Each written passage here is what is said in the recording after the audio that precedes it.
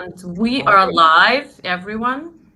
I would love to welcome Laura Miller. She's joining us today, and it's a great honor. So, Laura is our guest speaker for today. She's an accomplished AI and ethics specialist with a remarkable track record. She assumes pivotal roles as an advisor, council member, and task force leader for a multitude of organizations and initiatives at the intersection of AI and ethics. Laura is a presenter, panelist, a keynote speaker, consistently sharing her profound insights on ethics and technology, and we're so lucky to have her today. She's also the founder of NextGen Ethics, a consultancy specializing in ethical AI leadership, strategy, and innovation. Laura has recently launched AI best practices cohorts starting November 16th and until 22, if I'm not mistaken. It's for business leaders, team leaders, and small business owners. It will offer practical advice on how to get started with AI in a safe and responsible and ethical way. So if you haven't heard about NextGen Ethics and AI best practices cohorts, I would urge you to go to their LinkedIn page. We'll drop the link in the chat and sign up. And this cohort is going to be amazing. So, Laura, welcome. Well, thank you. Hi, everybody. So it's great to be live. I've got to tell you, it was a little intimidating getting prepared, coming to a talk with two attorneys. So I think that this is going to be a fun chat. We've already planned to make sure that we keep it down to earth, real, practical, and my favorite, helpful for people, hopefully from the minute you log off. So that's my intention. Right. Yeah. And I just wanted to kind of emphasize that our talk is, as Laura mentioned, is more of a kind of a practical kind of AI day-to-day thing, because there's so many conversations right now about everything that has to do with AI, starting with like existential threats and, going back to education or whatever. And this is, our talk is not about kind of a, apocalyptic scenarios where machines have you. But today we wanted to focus on three main topics and basically cover the recent U.S. executive order, just a little bit in what it has to do with all of us and any real life implications, as well as the AI Safety Summit they just concluded in the UK. And also the third main topic would be just to discuss the European Union AI Act developments and just the legislation and process. So we will try to stick those three topics. Please comment as we go, but this is going to be our focus for today. And I guess you guys want to add anything, then we'll just proceed to our, the first one, which is a big one, to be honest. So yeah. So I'll pass the baton to you. Do you want me to take it from here? Elena, do you want to? Sure. Yeah. Me. Yay. So take it away. The executive order by the White House in the United States was released. It focuses on particular things. You'll see bullet points popping up. First is dual purpose AI systems. Now, dual purpose AI systems generally refers to the kinds of artificial intelligence systems and technologies that are designed to serve more than one function, usually at least two distinct functions or purposes simultaneously. You can often think about this kind of, try to imagine a link to, though. You know how sometimes prescriptions have an on label and an off label, right? Where they can work for one thing, but then you find out they can work for this other thing. Yeah. That's kind of what dual purpose AI refers to. It's being able to do more than one thing. So we recognize that they have two different purposes. Now, the bullet point on screen talks about a wait and see approach. Now, this particular executive order there's a laundry list of departments in the United States government that are going to become AI powered or that are responsible for AI oversight. The trick with statements and orders is to see what actually comes out of them. And until it becomes implemented, until we can see the guidelines that the offices come up with, it states that some will be given years to develop these. What it actually does in our world is still largely up for grabs. We have a lot of intentions that have been made clear, a lot of ideas put forward, but we need time to see them happen. We need time to see if they're going to be watered down, or in the case of something like national defense, if they're going to go all in. And right now, the spectrum can be very broad. It can go either way. The intention, based on the statement, is for nearly all of the federal agencies, large ones, especially the ones that come to mind, to kind of get their hands in this and have a say in it. To give you an idea, we're even talking about using the Defense Production Act, which historically has been the primary source that presidential authority can be used in order to regulate a private industry. We saw this happen during COVID. You'll hear about this a lot, but we use this Defense Production Act as a way to drive innovation, even in private industry, when it has national interest. So since security and defense have national interest, as well as many others. I made a post yesterday about the FTC. We have talks about NIST, which is National Institute of Standards and Technology. There are just the Bureau of Industry and Security, the Department of Commerce, the NIST, Department of Homeland Security, Infrastructure Security Agency, even Homeland Security Cybersecurity. I mean, we are Assistant President to National Security Affairs, Assistant to the President, Deputy Chief of Staff are all going to be involved in overseeing interagency national security, including a memorandum on AI. So rather than read from my notes and make this complicated, let me simplify. If our government has an opportunity to use AI to be involved in it, or it is concerned that others could use AI in acts that would affect the government has shown up to the table. That's essentially what this executive order is. They're still gathering their ideas. They're still writing policies. They're still trying to figure out what it means. They've kind of tagged the departments and said, go, but we don't quite know what they're going to go do. So there is this talk about ethicists working with companies and leadership. We've seen them testify before the White House. We've seen them brought into conversation. Unfortunately, we've also seen them disempowered, removed from positions of authority, and hold roles that have been performative. Or we've heard you, but then when we made decisions, we didn't necessarily accept your guidance. This is an ongoing debate that will continue. However, ethics strength is to function in areas where legal matters are uncertain or unclear. So it is a natural home for ethicists. There will also be an AI task force in the federal government related to jobs. There are job openings that each and every one of us, depending on our skills and what they're looking for, could apply to. So this is going to be, and it has been claimed by political adversaries or advocates, depending which side you're on, this is going to result in a massive growth of government as well. And potentially, although they're trying to mitigate risks, when you mitigate risks, you can also give up other rights or other privileges that come with it. So things I'm looking for are infringement on privacy.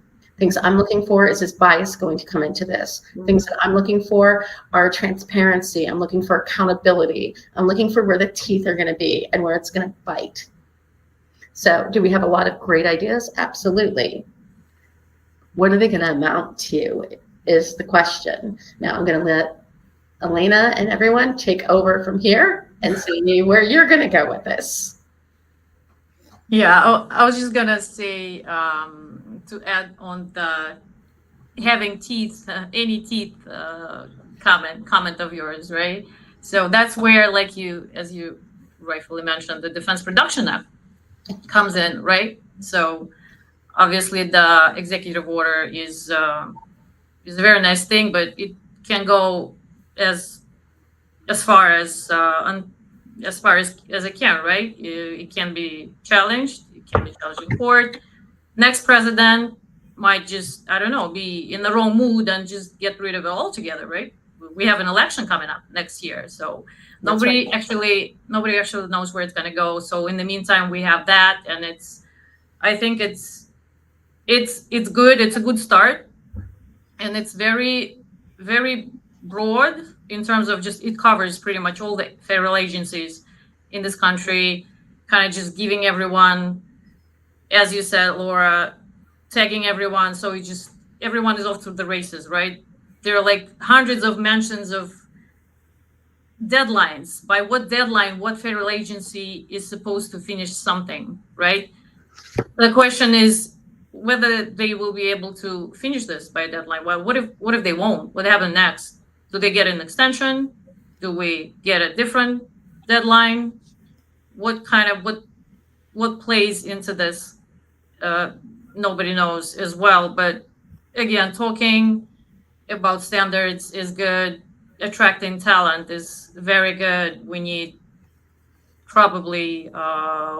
to work on our immigration laws regarding that. That was kind of proposed there as well. And I like the way they used, as you also mentioned, Laura, the wording, right? The dual purpose AI systems. So it kind of just, again, underlining this, again, right? Dual nature of the AI. They could have just used the word, like a different word, just foundation models, basically. But they haven't, because obviously not a lot of people can relate to that, and they are creating this notion of, guys, we are here standing guard and just looking out for your interests, because those systems can be used for both for bad and for good purposes, and kind of just underlining this duality, and we'll just be guarding this aspect. And the security, national security, that's where the Defense Production Act comes in, the defend national interests. So pretty much everything is intertwined. But again, it's unlikely Congress will come up with any type of regulation anytime soon. That's why we have this. That's why we have what we have. And again, I would like to be hopeful, but I'm a realist, I would say. And as of today, I would just say this: let's wait until, I don't know, the first deadline, I guess. Well, I thought you brought up a good point about the election coming up. We just saw, and we'll get to this later, but we just saw a transfer of power when it came to the EU AI Act, where Spain stepped in as the lead. We have to recognize that, especially here in the United States, since that's what we're talking about at the moment, we have a very politicized and polarized political system right now. There is a hard divide in this nation and in this country.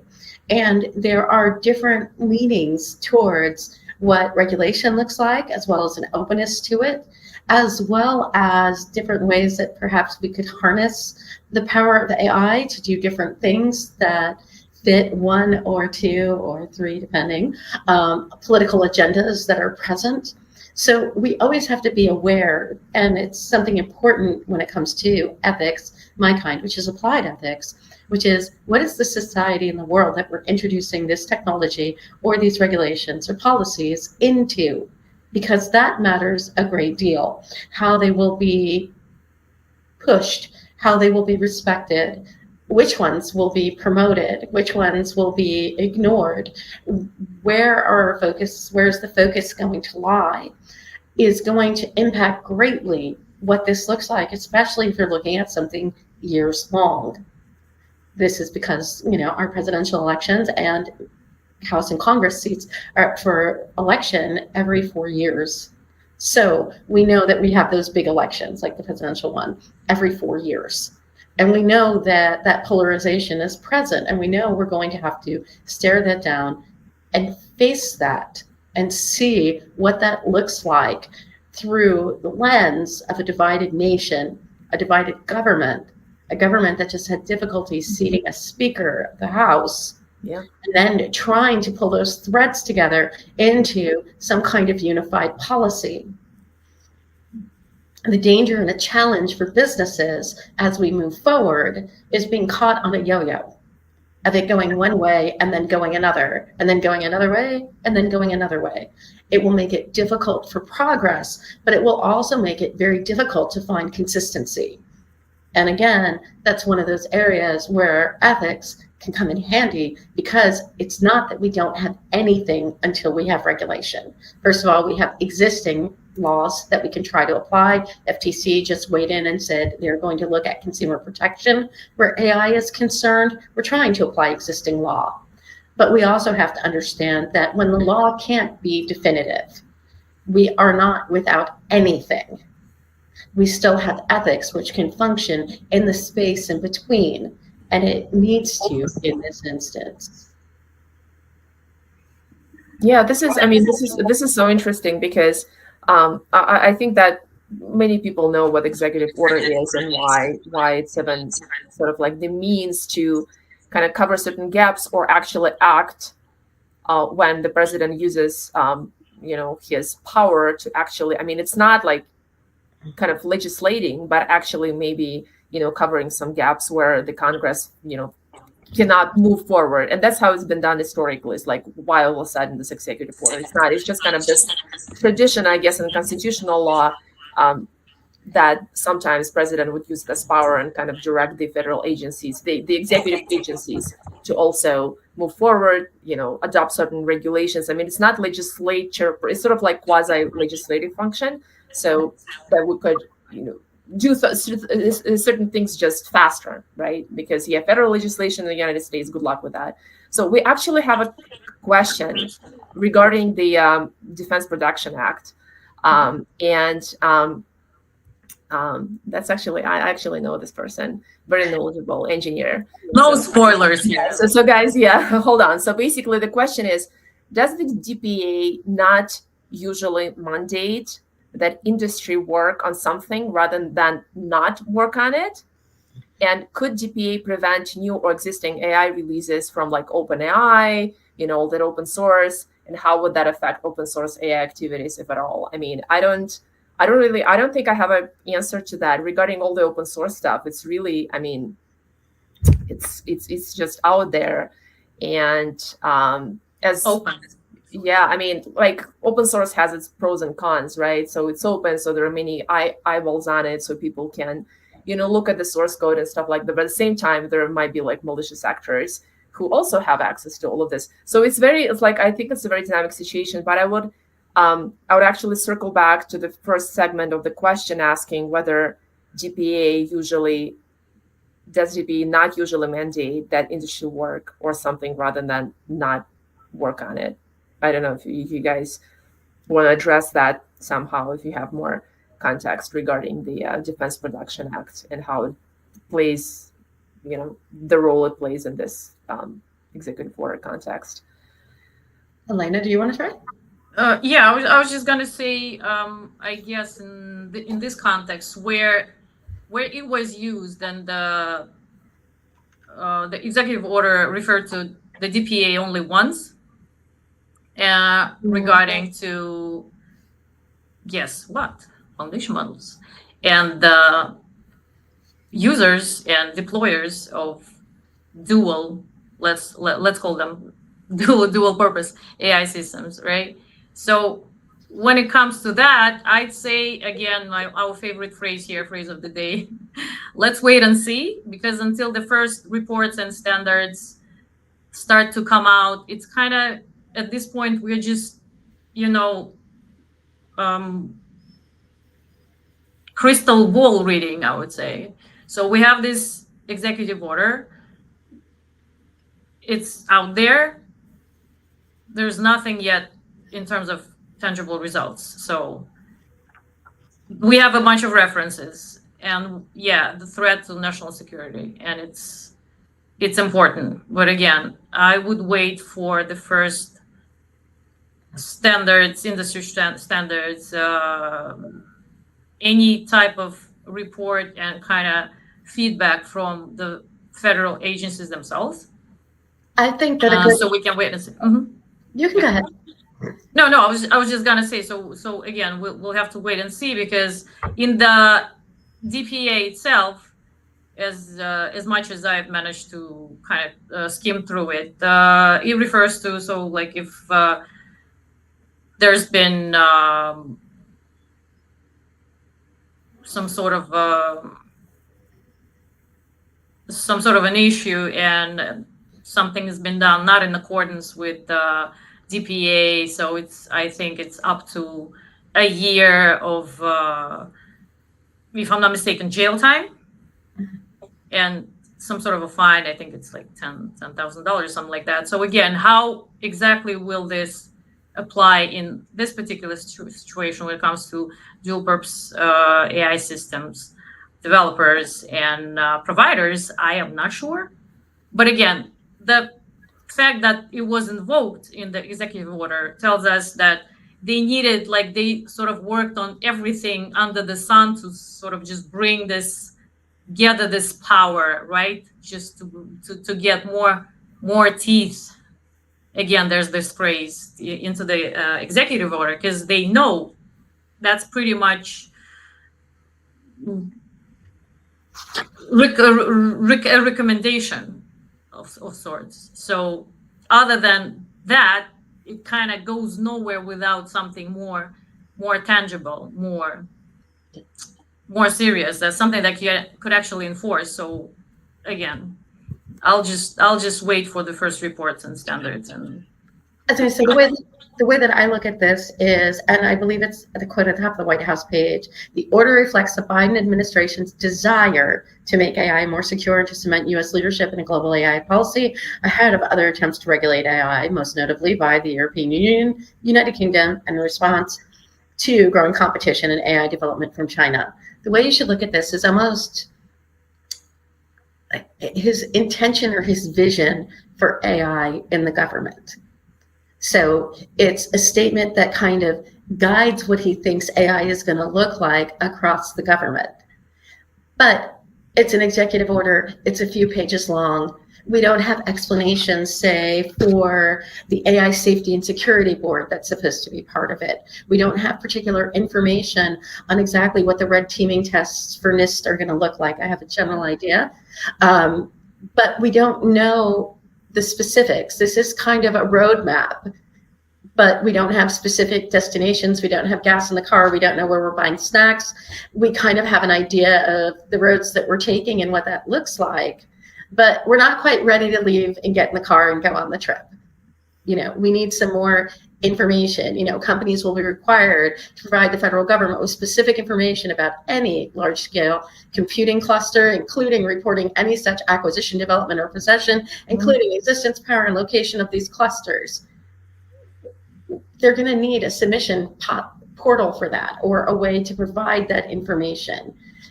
We need to get into the brass tacks of that and look at what that actually looks like. Foundation models will require to report to the federal government how they train and test models, including the results of red team testing. We have to figure out what that reporting structure is going to look like. They have an idea. For those technologists out there, they have an idea. The executive order is the idea. They need to dev. It's time to build. They haven't built it yet.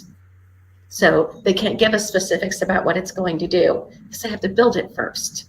Then we'll have specifics that we can go over. But why mention this? Because this is a vision. This is an idea, and this is a direction that this particular administration wants to see us go in with regards to AI.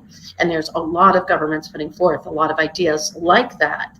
And we need to pay attention to what those are, because also if you're working in AI, you're most likely, or can, go international. So you need to know not only what our government is doing, but what other governments are doing, and how those puzzle pieces fit together for regulation that fits business across or around the globe. You have to be compliant everywhere that you want to do business.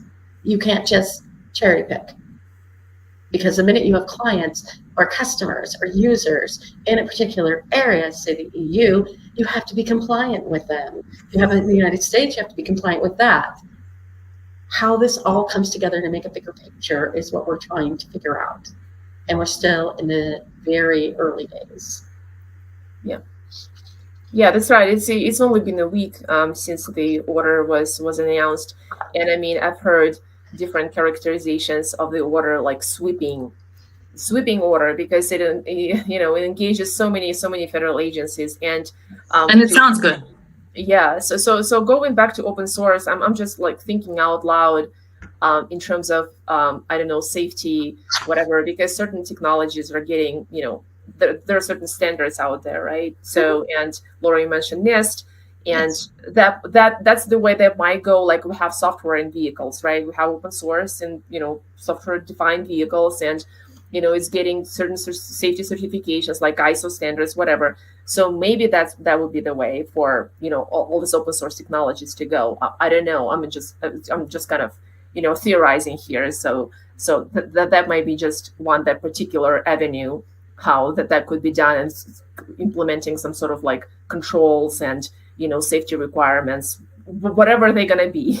So that's how you could possibly manage through standardization and kind of this safety certifications for open source software. That's just my kind of thinking out loud right now.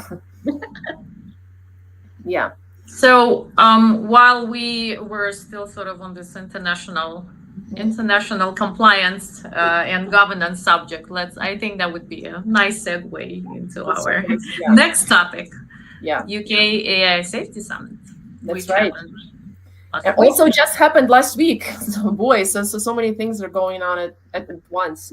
They are. So, yeah. Like I keep saying, it's dog years. 1 week it's like a year. It is. A lot of going on. Mm-hmm. Well, I'll give some background. So the UK AI Safety Summit involved delegates from 27 different governments, heads of leading AI companies, other interested parties, and they all attended this big meeting. It was convened to address the challenges and opportunities of transformative and even fast evolving technology. The big question is, did it achieve anything? Or are we still at this idea stage? And well, there was a lot of talk as we were going into this about existential world-ending crises, that AI is going to overtake our world, eliminate all jobs. There were references to nuclear weapons regarding technology and conversations of regulation. There has also been the opposite call, which is, what about the here and now? What about the problems we already have? We already know that there's problems with transparency, there's problems with bias, there's problems with accountability, there's problems, we know that there are problems. So are we gonna focus the day-to-day problems, or are we gonna look at these existential crisis kinds of problems? The good news is that what seemed like at first, they were going to go into this world-ending narrative, as we call it, an apocalypse, and all of the tragedies that can come out. It does look like they got to, at least on paper, to the concerns of the now. And that's largely because of Google Brain co-founder, you'll know him as Andrew Ng. In an interview, he said the idea that AI could wipe out humanity could lead to policy proposals that require licensing of AI, which risk crushing innovation. Any necessary AI regulation should be created thoughtfully. So then there's this subcontext going on, which is, if we look at licensing or strict requirements on AI, are we automatically going to cut out the little guys, for lack of a better way to phrase that, and limit competition, and once again control power in a handful of people that, well, when it comes to social media or other tech companies, we can already think of that handful pretty efficiently. So are we gonna buy into that again? Now, my take is that these doomsday conversations, look, AI in the wrong hands can do some pretty wicked things in a very short period of time and around the globe. It's fast and it's big. So I always do keep my eye on the long game. I can't be in ethics and ignore future generations. I can't ignore long-term consequences. I can't ignore long-term unintended or intended consequences, the ones that we do by accident or the ones that we sign ourselves up for with hopeful optimism that fails, or even bad actors. So Is it important to keep an eye on that? Yes. Is it important to keep an eye on that to the extent that we ignore the present problems that we're facing? No. I think we can keep we have two eyes, we can keep one on each. And I think we need to. I think we need to pay attention to the potentiality of what this could be. We've got an entire government who went all in on an executive order talking about national defense. AI is in defense complexes around the world. We have to be aware of that. We already know we're using drones. We already know we have robots. We know this. So those big things do matter. They do. But there's also harm happening to everyday people while we worry about those things too. We have to pay attention to both of them. They're both pressing issues, but the immediate harms are, well, immediate. The other one might be better concerned just being pressing. So this does throw us head first, based on our second bullet point, into the eternal dilemma. Do you need stronger regulation or do you need stronger innovation? I think you need wise and smart of both. I want to see innovation. I want to see us tackle problems that we, without the benefit of technology, have struggled to deal with. And I think that there are a lot of people who have great ideas who are maybe outside of technology, where with the power of technology could do amazing things. And I think we as a world deserve those things. I also am well aware that there are bad actors. There are people out there who are kind of up to no good, sometimes intentionally, sometimes not. We've broken chatbots. We've convinced them to violate protocols and come up with racist replies, talk about death or dying or suicide. We've had people fall in love with chatbots and commit suicide when they can't be with the chatbot. We're a fragile species suffering from a mental health crisis and COVID. Back to back. We need some regulation too. But my favorite phrase is to be smart, excited about things. And I think when it comes to this eternal dilemma about innovation or regulation, we can be smart, excited about them both. And I think our world and we need that kind of reasoned and seasoned approach to both innovation and regulation. It cannot be anything goes for either one.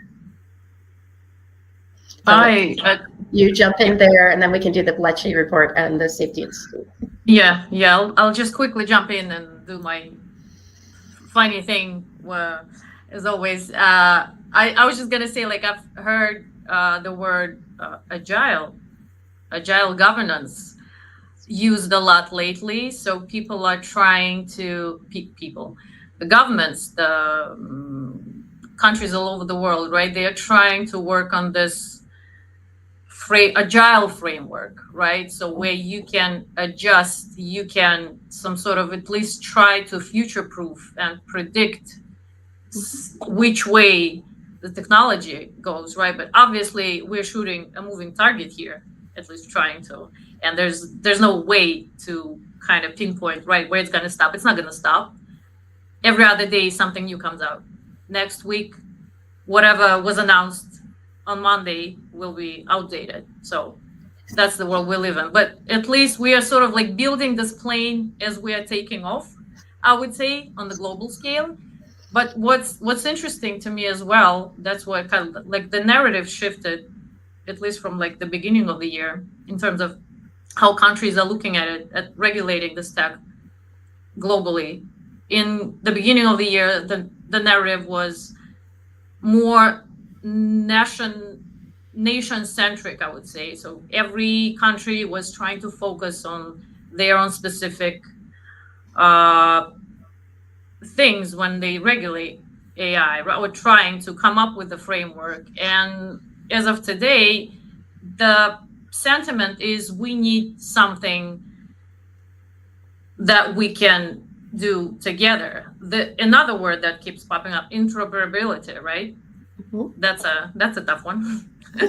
So how do we both make it agile, interoperable, both or they gonna be one and the same or not? It's kind of just not clear at this point, but the desire is there.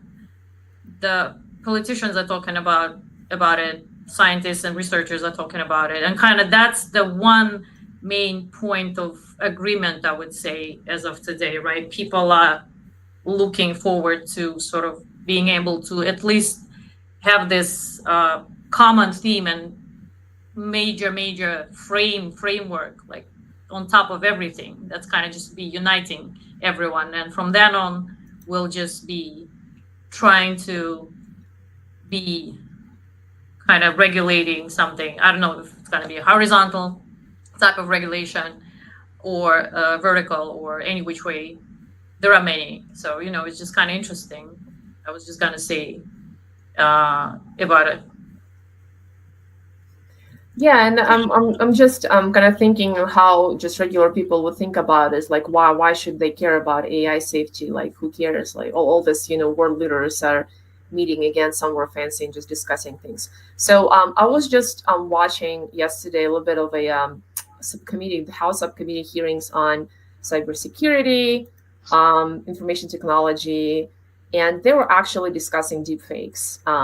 And I think this is something that's very, very, very relevant to anyone who watches the news or has to deal with any content these days. So I think that's becoming like paramount for safety, for like democracy values and whatever. So I think that, the governments are very, very well aware this is going on, and this is like affecting everyone on, on every, device, on every smartphone, whatever you do.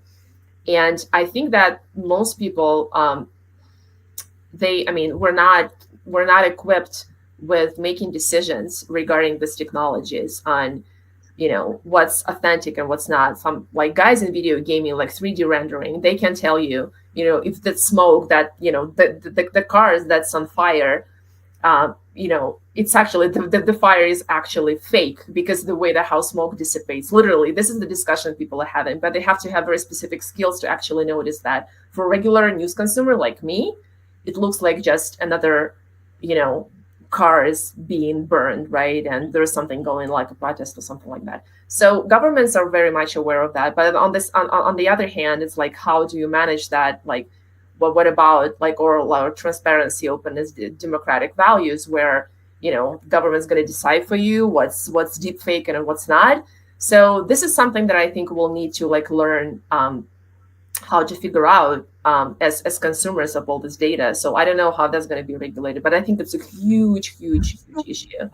Yeah. So that's more like a day-to-day, impact of all of this. So yeah. As I was thinking about these, did I see a question pop up about AI singularity? No, of course you did. I thought I did. So this idea of AI singularity has to do with humans and whether or not computers can surpass them in intelligence, okay? And what happens when we get to that point? What do we do? There's conversations about whether we can control it and what we should do about it. Here's where I might be a little bit of a wet blanket for some people. Guys, we're not there yet. At least not publicly in any way. Maybe in some cave somewhere where super defense people are. Maybe there's something going on there, but we're not hitting that point. Spoiler alert. Yeah, for people who understand how LLMs and generative pre-trained transformers, which is what GPT stands for those of us involved in technology who understands what those things are and the complexity or not that's in them, it becomes obvious that that's almost one of those existential risks that we can worry about, that we need to keep an eye on in case we do get there, but it's down the road. That's not something we're likely to run into anytime soon. So far as what we should, and honestly, look, I came up with a theory that said we may not get there, because there is an option to measure AI against that is not a Turing test. And that is under philosophy, and it's reviewing technology as an epistemic peer. And to review technology as an epistemic peer, lived experience has to count as one of the criteria, or as part of the framework, if you want to put it in those terms. And having robots or artificial intelligence that can actually process what it is to have lived experience in our world will make us realize just how far this singularity is away from where we are now. Okay? That aside, if we do get to singularity down the road, we will have to ask ourselves questions about what does it mean? What rights are afforded to it? How do we treat it? Is it part of a moral community where now it deserves care and we should be in trouble if we harm any of it? And those kinds of things. The way that I've been having those conversations today is to approach them as kind of we do in the animal kingdom. Most of us would treat differently the cat that I'm looking at past my monitor. The cats that live with us are the dogs that we share our worlds with. And we understand that they're different from, say, the bird or the rabbit or, you know, an animal that lives outside, the squirrel. We recognize that they all have value, but for some reason, we cherish or appreciate some more than others. We're able to view them with nuance and defer certain kinds of treatment to different animals in different ways. I think at some point, if technology does hit that point where it is part of our moral world, fair and deserves, you know, moral treatment, that means that if you drop your cell phone, and it's technically your cell phone or artificial intelligence, if you dropped it and broke the screen, you committed assault. If we get to that point, we have tough questions ahead. And we can get to those, but for now, that's a theoretical debate, and we're not quite there yet. And I think that that's just the nature of where we are with this technology in the public sphere at this moment. Yeah, I was just gonna quickly say, kind of to summarize what you just said, Laura. That's how I think that's just our nature, right? We love talking and discussing and debating stuff that might never happen. Mm-hmm. All the movies about the asteroid hitting Earth, Armageddon happening, you know, people love that. Mm-hmm. They NASA love actually has a program. They actually have the asteroid program. But fun fact, asteroid hitting Earth has more chances at this point of happening than the singularity. So do we need to talk about it? I guess as much as we need to talk about asteroids hitting Earth, but is it really the topic du jour, I would say? Yeah, it attracts crowds, it attracts viewers, obviously. If we our next talk should be called Singularity. Well, I think it's an interesting conversation because it gives us indications of how we're approaching this technology as it grows. And I think growth is going to be part of it. Arriving at the point of singularity is kind of, for me, a separate question or a different question. But we are going to watch this technology grow. And we are going to have to make decisions about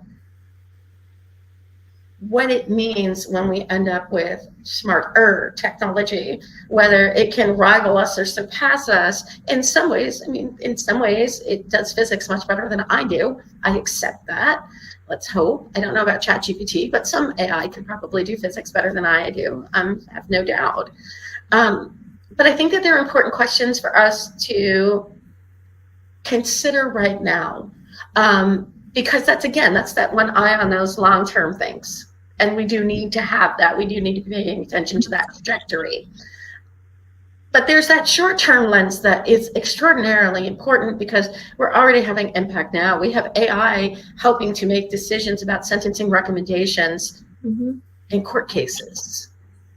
So there's different kinds of risks, and they take different kinds of lenses and a different kind of nuance to be able to parse them apart and say, okay, I can, because like I've looked into singularity, I can have those conversations because I have. But I absolutely have a view about whether or not we should be using AI in court cases.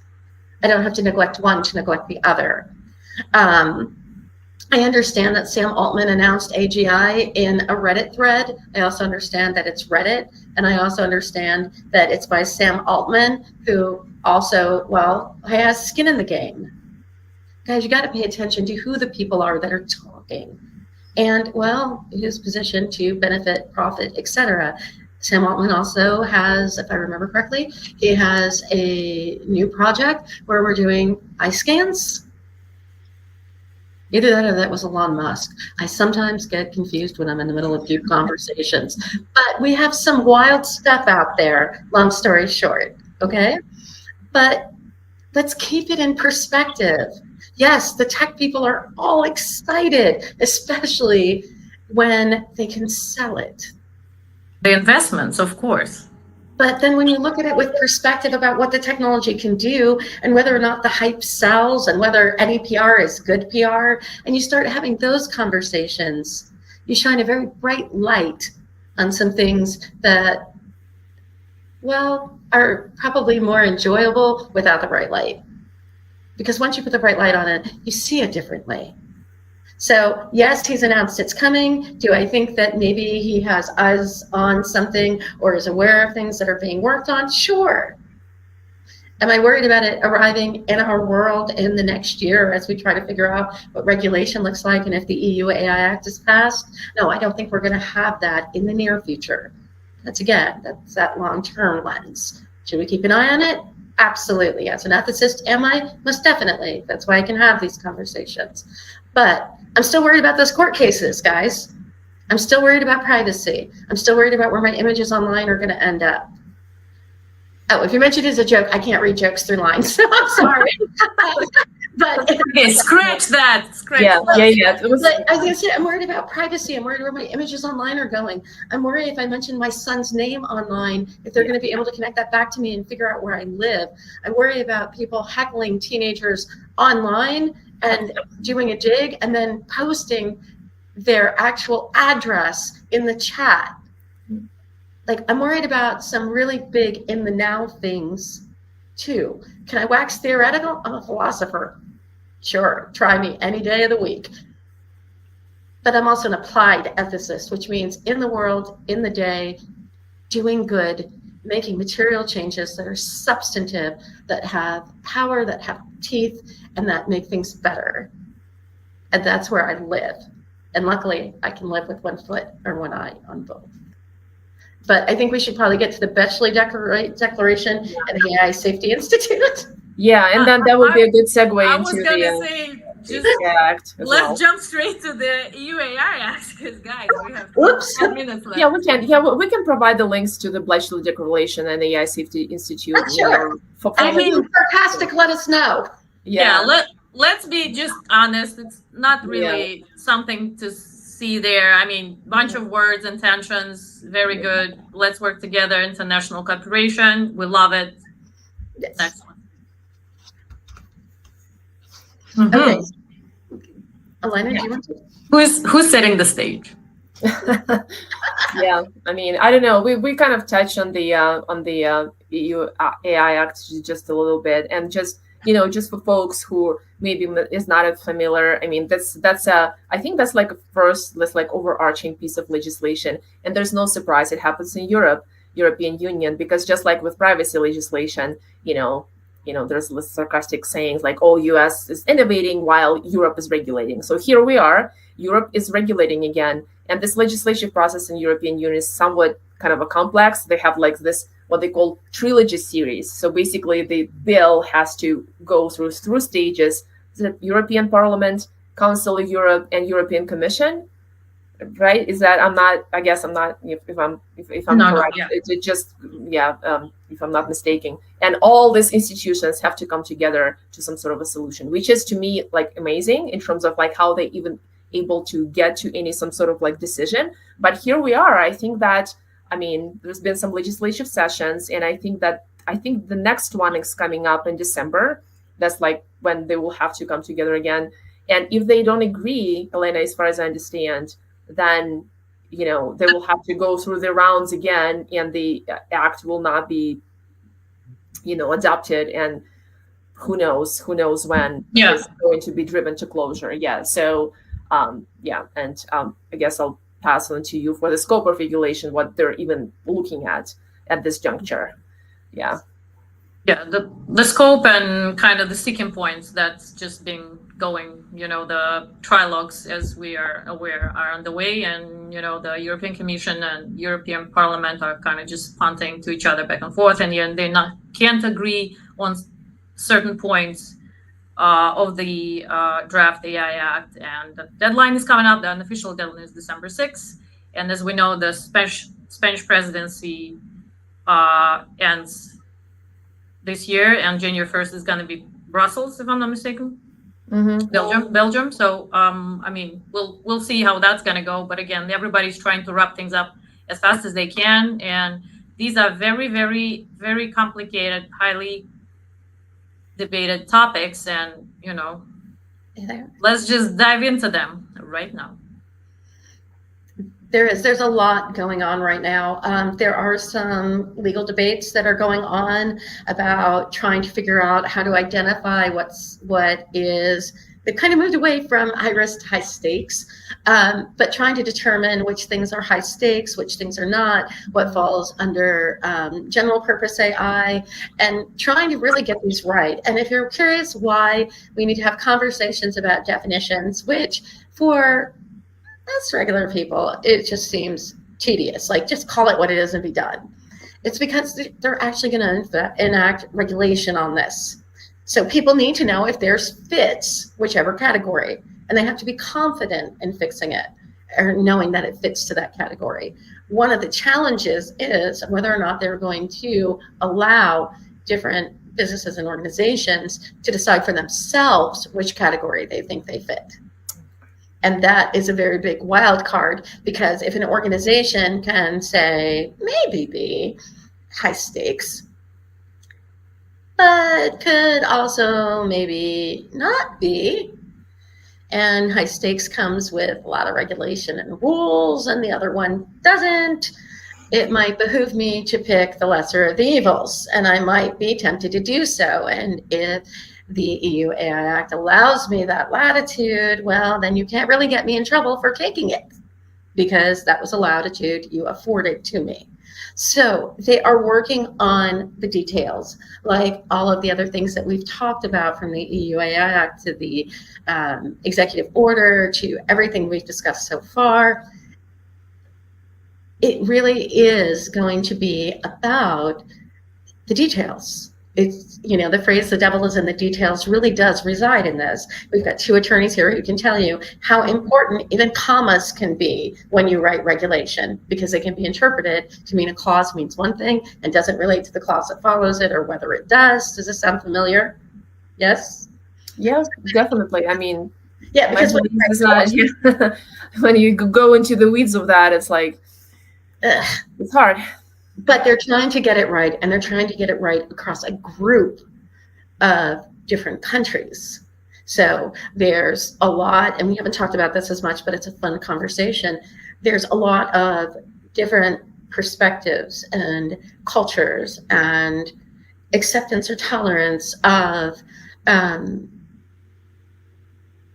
duty to care for others, or acceptance of different stringent or less stringent views of privacy. There's a lot of very competing interests, but also deeply held values and beliefs that are ingrained in culture that are going to need to be navigated and worked out.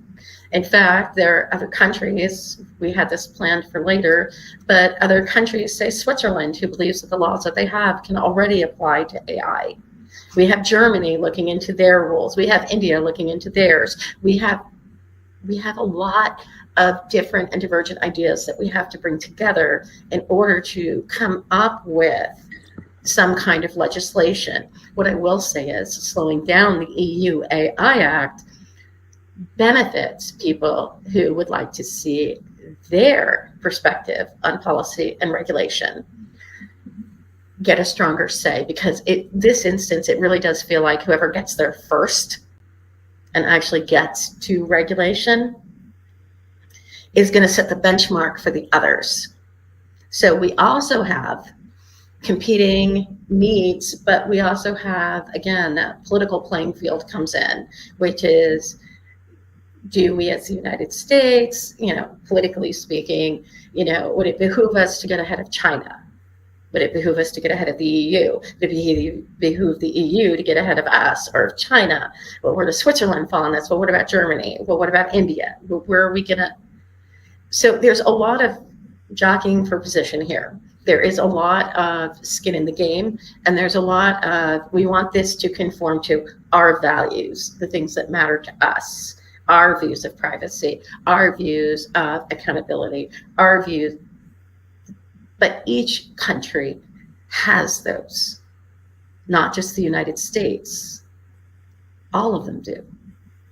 So figuring out how to mediate that and even bringing together this group of nations and getting this close to an idea is profound. What will be interesting to see is they make it, using United States football language, if they can get to the end zone, if they can get past these sticking points to the point where they actually end up with something where they say, hey, this is going to take effect in 2025, 2026. Are we going to start seeing them get there? Now, they've made it incredibly far, and hats off to them for the incredible work that they've done in navigating so much. But it can often take only one thing that can derail things or start unraveling other things. It's kind of like if you've ever had a thread on a piece of clothing. If you start picking at it, it gets longer and longer, and it gets worse and worse. Sometimes little problems can grow into big ones. So what I'm interested in here is, now that they're getting into the minutia, is it going to cause other things to fall apart, or are they going to keep them together and just focus on the sticking points and get us to a formal version of the EU AI Act? What I would advise to companies and to organizations is that you pay attention to it, that you're aware that it's coming, you can be aware that it's working on, and you can gain some insight into what a large block of nations think about all of this and what their expectations are for you as you do business in the interim before the regulation comes in. In other words, if you're doing business inside the EU bloc, already have a document to give you ideas about what their expectations are and what matters to them. Every time somebody puts out a statement, there's information in there that you can use for insight for what clients, customers, users in those areas want, need, value, or prioritize. So they come with subtle marching orders. They're not codified by law, but they're still present. That's ethics. So we can learn a lot from this. Do we have the brass tacks we need for everything else? No. And that's one of the ongoing themes between these three, which is we don't know enough yet. We don't have enough details yet. We have more on the EU AI Act, but we're still looking for that concrete information, what the actual requirements are going to be, what we actually need to do, what this is really going to look like, who got prioritized, who got devalued or downgraded, and where are we really putting the emphasis on this. And it speaks a lot about us as individual nations as well as individual businesses when we don't just use the PR statements or the vision or the mission statements, and we start looking into other things like policies that are written and recommendations and orders. And we start reading what I call seeing the quiet part out loud, because it is in there. You can't miss defense in the executive order. That's right. But you have to read, you have to see the obvious and read between the lines both. I think that that's an essential part for navigating this very, very, we've got the ideas kind of where we want to go, or at least organizations and groups do. But as you're trying to figure out, like, where are my brass tacks? Start looking at what matters to people. Start looking at the feedback that's being had. Start looking at the things that people are both complaining about and celebrating. Look at the things that are getting people excited. And start seeing if you can find marching orders in those. Because, well, as an ethicist, that's something I would do. Because that's part of the job. It's not the only part, And it's not majority rules. It's not whatever people want, we give it to them, because sometimes people want things that are not good for them. But we can at least see where their interests lie. We can see where they want to feel, where they feel vulnerable, where they feel protected, where it seems like there's a lot of fear around a conversation, and then try to figure out what the right position is within that, within our own organization, to recognize that and acknowledge it and respond to it, even tangibly, even now, without regulation. Perfect.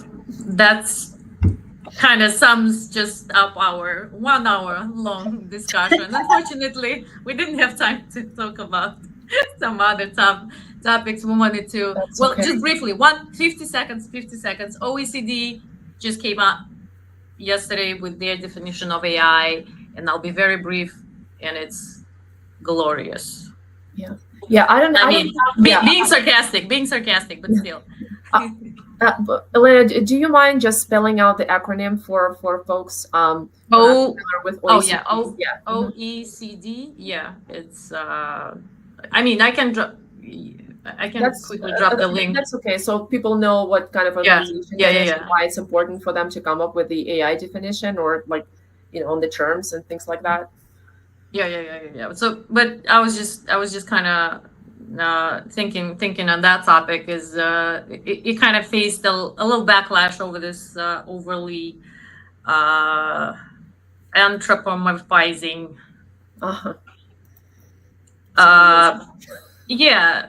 Description of AI. It's just kind of interesting what other people might have to say on this subject, especially when it comes to AI regulation. Do we analogize it to humans, or do we kind of stick to computers, and just where's this demarcation line, right? Where does computer and the human begins? That's interesting. So that's probably a discussion for a different day, because we are over time, and as much as I would love to continue this conversation, as you both know, we can't. This is literally what it feels like. I mean, this is just a movie of my youth. That's why I'm stuck on this Matrix thing. But this is how it feels like for me personally. Yes.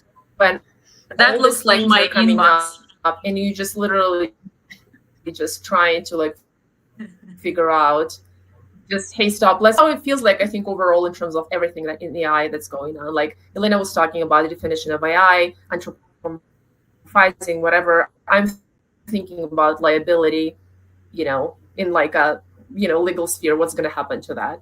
So so this is how it feels like. And I mean, next time we actually do welcome feedback from people. So if there is anything that, following this talk, you guys would want to bring up next time, because we will be meeting next time in a couple of weeks, I hope so.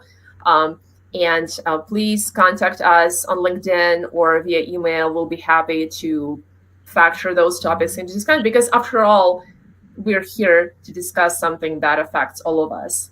Not necessarily some esoteric topics, but something that actually it's a safe space, practical, or relevant to everything that you do in your.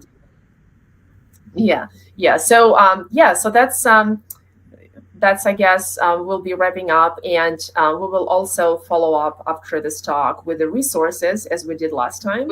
So we will try to hopefully it's not going to take a week and a half.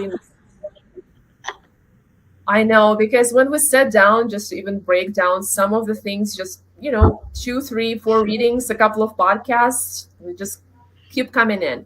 So we'll try to narrow this down this time with some reading resources. So next time we will come up with some follow-up topics, and we'll be happy to hear from all of you who attended today. And thank you so much, Laura. It was like it's been a while since I've been in philosophy class in my law school 25 years ago. But that was my favorite subject when I was in law school. I think I actually blew up an interview once in a law firm, when they were asking me, what was your favorite subject? When you were law student, and I was like, philosophy. And they probably looks because it was. Laura, I found your second Well, thank you. D. And I'll see if I can go for it. Okay, let's end our live stream right All here. right. I'm pretty sure everybody left at this point, and it's just Thank us. you. Thank so you, everyone. who cares? Bye, everybody. Thank you so much. Thank you so much, Laura. Thank you, everybody. It was amazing. Thank you so much. Thank you.